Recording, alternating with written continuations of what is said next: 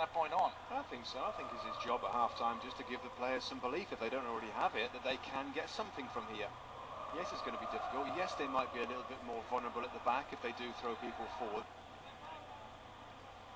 Michael Odibe, 21-year-old Nigerian, making just his second appearance in Serie A. His debut came last week against Parma.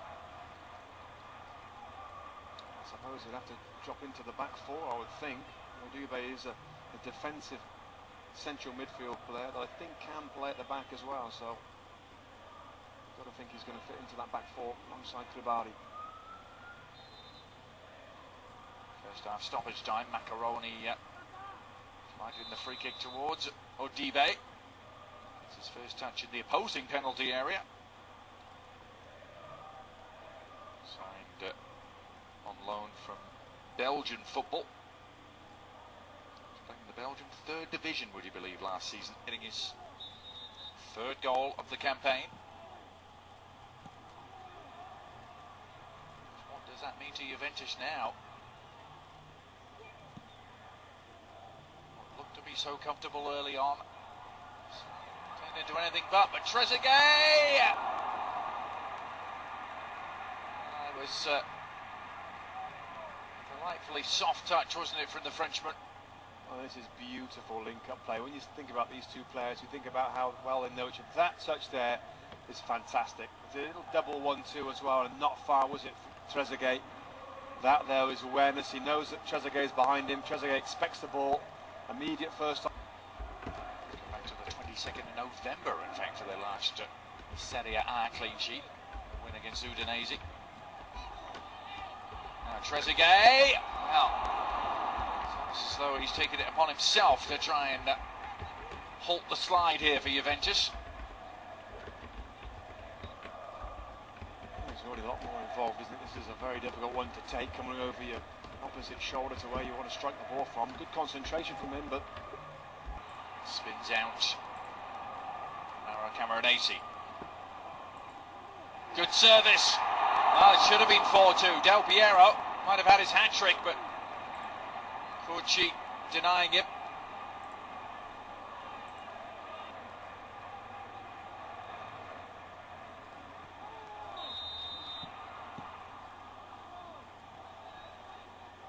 Foul given inside the penalty area against Felipe Melo.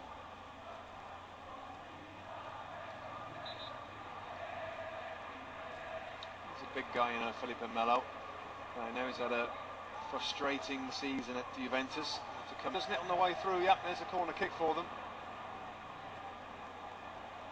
It was, it must be said, heading well wide from Gazelle, but Reginaldo, who seek out Odibe, put it on his head as well. The young Nigerian couldn't keep it down.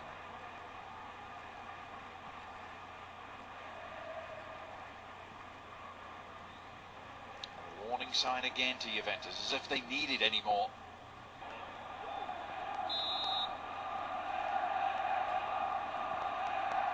Baroni's free kick.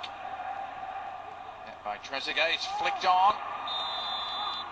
And offside after Odibe's touch in the penalty area.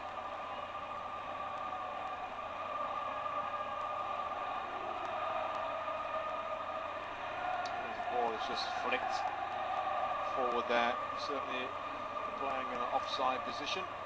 No.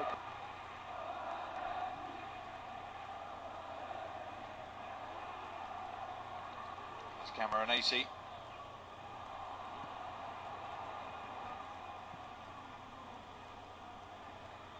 Got a yellow card. This is what I talked about earlier on with, could one of these players, the talented players at Juventus, just do something special in the remaining minutes of this game.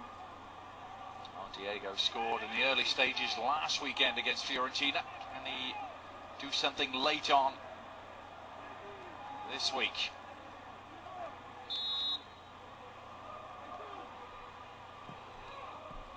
Good service. Camoranesi off balance. And header over the top as a result. Well, it's Michael Odibe, the young substitute, who's down, and claiming he was caught by an elbow, perhaps.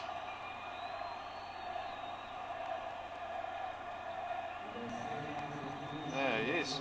That's a bad elbow from Felipe Melo. Bad ball around to keep possession of it.